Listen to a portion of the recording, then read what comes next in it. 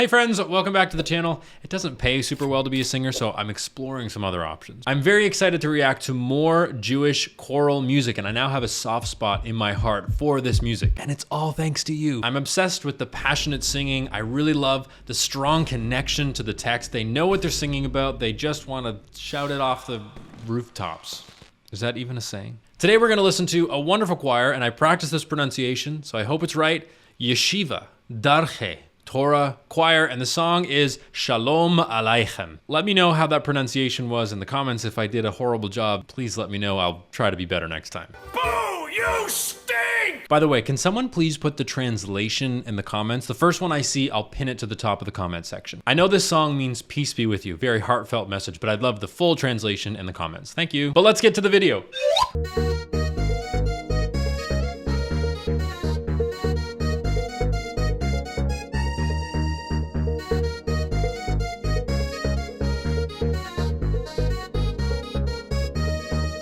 This is a very large ensemble. I don't know if ensemble sizes like this are common, but this is a 5th grade only choir. That's pretty incredible you can get that many boys who are interested in singing. When I was growing up, there was just me.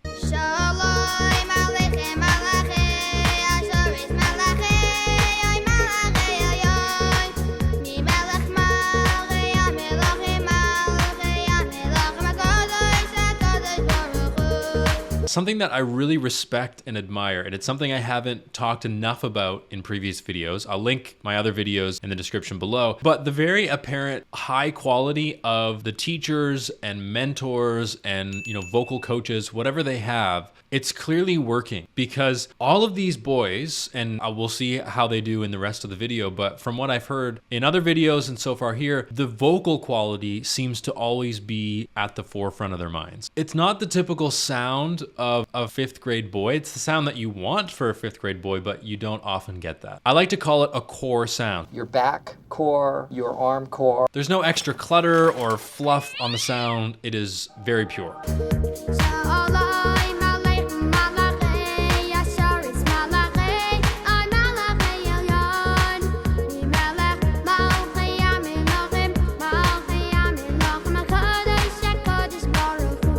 And the second soloist had a different timbre, and what I mean by timbre is the vocal quality or how it sounds, but it maintained that core sound element that we know and love. It also just warms my heart to see the director, Rabbi Kleinman, who's this gentleman that's passing the microphone around. He's so encouraging, and it's subtle gestures. He gives a little pat on the shoulder. He kind of nods his head. That's what kids need. They need someone in their life, and in a musical setting, they need a director or someone of authority that's teaching them to give them that encouragement. When I think back to my own training, I would be absolutely nothing without the mentors and the teachers that I had. Just like my YouTube channel would be nothing without you.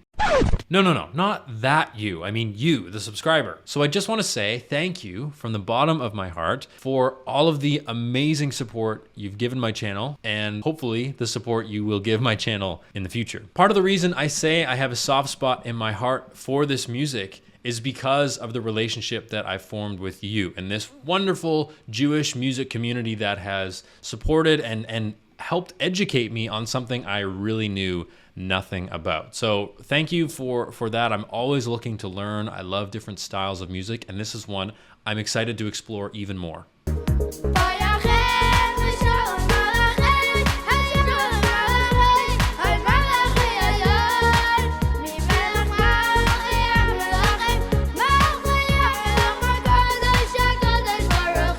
I don't know if that dissonance was planned or not, if that was how the song was meant to go. Honestly, I don't know, but I like that they left it in. One criticism some of you had that I think is totally fair with the Miami Boys Choir, for example, is that it was heavily produced. So while it was a live performance, there may have been some lip syncing and some, post-production things going on to make it even better. And I'm sure there are elements of that in this, but what I am enjoying about this video so far is it's definitely more real. All the boys in the room, regardless if it's pre-recorded, I think it's great to have that kind of live performance feeling.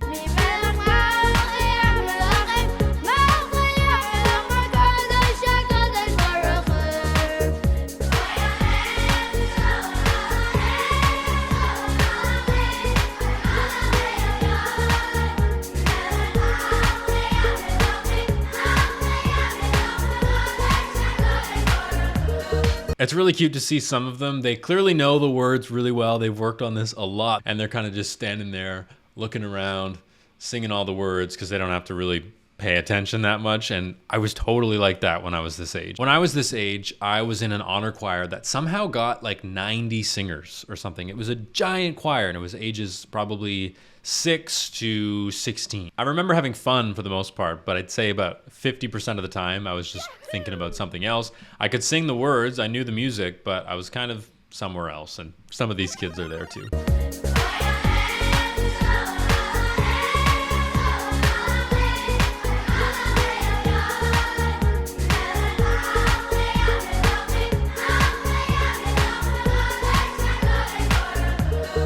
This is really great. And what I'm noticing, I guess across the board with these choirs, is that it seems and it sounds that tuning is really a priority. They just sang bum bum bum bum. And in their voices, that's pretty high in their range. We would technically consider that belting, although we might not use that language when working with younger singers. But as you get older and you understand singing more, that's a term that makes sense to you. What you would expect is that top note to be flat. Dum dum dum dum. But I don't hear any of that.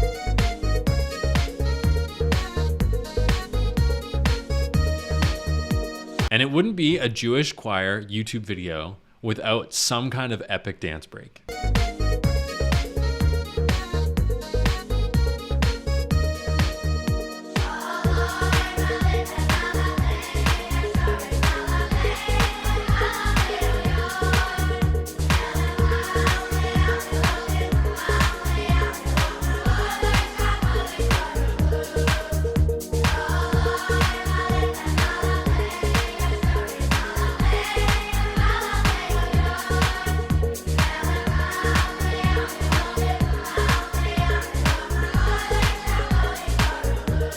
These kids are so good. And look at how much fun they're having. That's what we want. That's what an audience wants to see. And truthfully, when you enjoy yourself or when you show that you're enjoying yourself, it manifests in the voice. This is a topic I talk a lot about with my students, is that when you show an emotion on your face or in your body, it will show up in your voice. I have one student singing, "Memory all alone in the moonlight." Memory. And it's got this nostalgic, sad, dramatic vibe to it. And you could sing it technically perfect, and still there would be something missing. What it needs is facial expressions. It needs that physicality that you get from Cats the Musical. If you don't know Cats the Musical, check it out. Don't watch the movie, watch the musical, because you know why. When you're singing, if it's happy, if it's sad, if it's angry, if it's anxious, if it's excited, whatever it is, I want you to be invested in what you're singing about and show it on your face. If all of these kids just sang with deadpan, it wouldn't be nearly as effective as it is. It wouldn't have 25 million views on YouTube and hundreds of comments of people saying, "Thank you so much. I love this. This is beautiful. You know, this really warms my heart." That's the reaction that we want. If you're struggling with your singing and you're struggling to connect with what you're singing about, you have to watch this choir.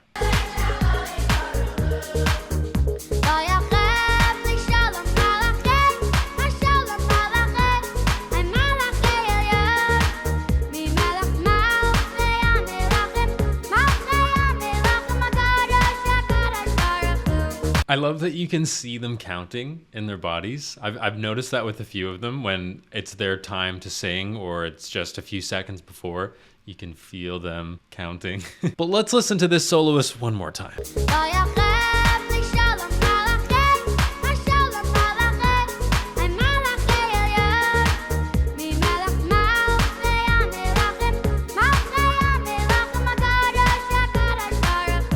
It's always the shortest kid that has this like unbelievable sound. So if you are a short king, you can do anything you want. Believe in yourself. I believe in you. And good luck. And what I love most about this clip is that you can see the rabbi giving inspiration when they're recording this. That warms my heart. He's encouraging him. He's right next to him when he's singing. It makes me so happy to see someone so passionate, not only about music, but about music in young people and pushing them to their absolute best. Look, he's saying, keep that energy up, keep that pitch up. He's got a smile on his face. So does the kid. It's just, I love this kind of relationship.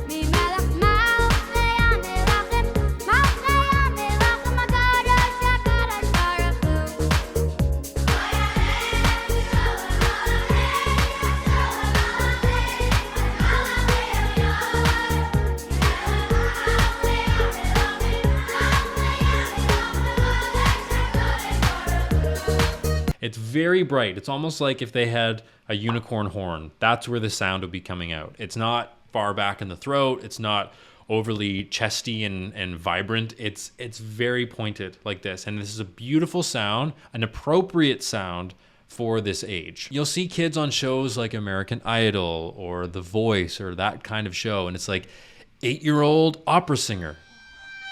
Huh? No.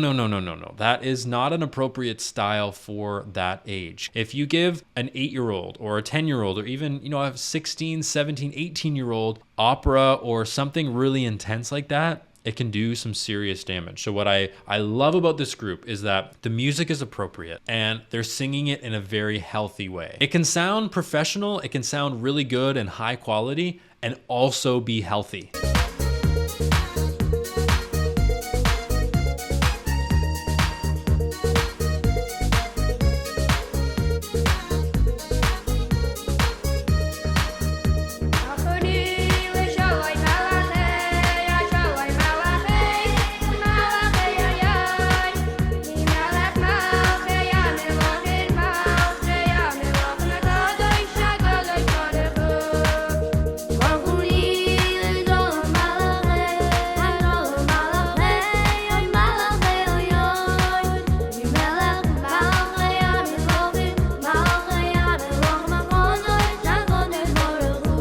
I love that the rabbi is giving cues like, okay, you're next, you're next, you're next. I think when their solo is done, they kind of go, I did it.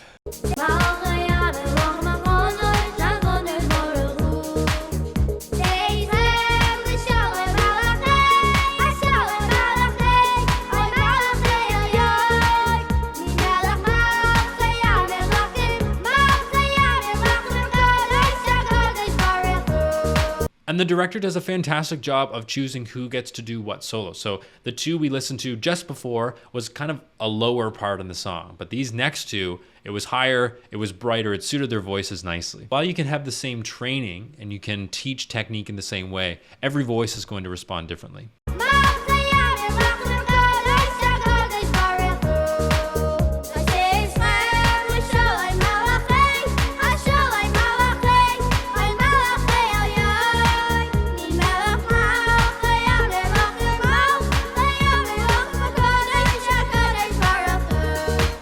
I really do love this. They're having so much fun, and it's a good reminder to us as musicians that we shouldn't take it too seriously. This reminds me of my time in the opera world. I still do opera, obviously, but I'm not as engrossed in it as I once was, is that people take it very seriously and not a super nice way. There were many opera moments that I had where I just loved every second of it and I had great friends that I was working with, and other times it was just so dark and serious and there was no fun to be had. But the things I remember and the memories that I really cherish were the ones spent just like this with my good friends, hanging out, telling jokes, just having a good time.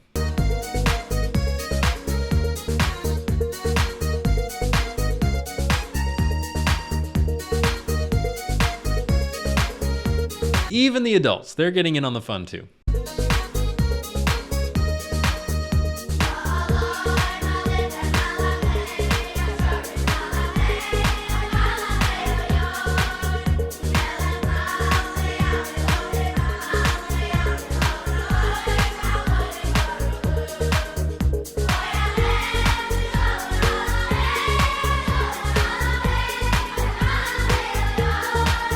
Did you notice that it's very high singing, but it's not screaming? There is a big difference between screaming and belting. Belting is singing high in your chest voice, but it's not screaming. There's musicality to it, there's a beauty to the sound. And what's really impressive about these singers, because they're doing it as an entire group, is that they're singing high in their chest voice and it doesn't sound like screaming. They're also not flat, and I'm a total pitch, so I'm listening very carefully, but they're doing a good job.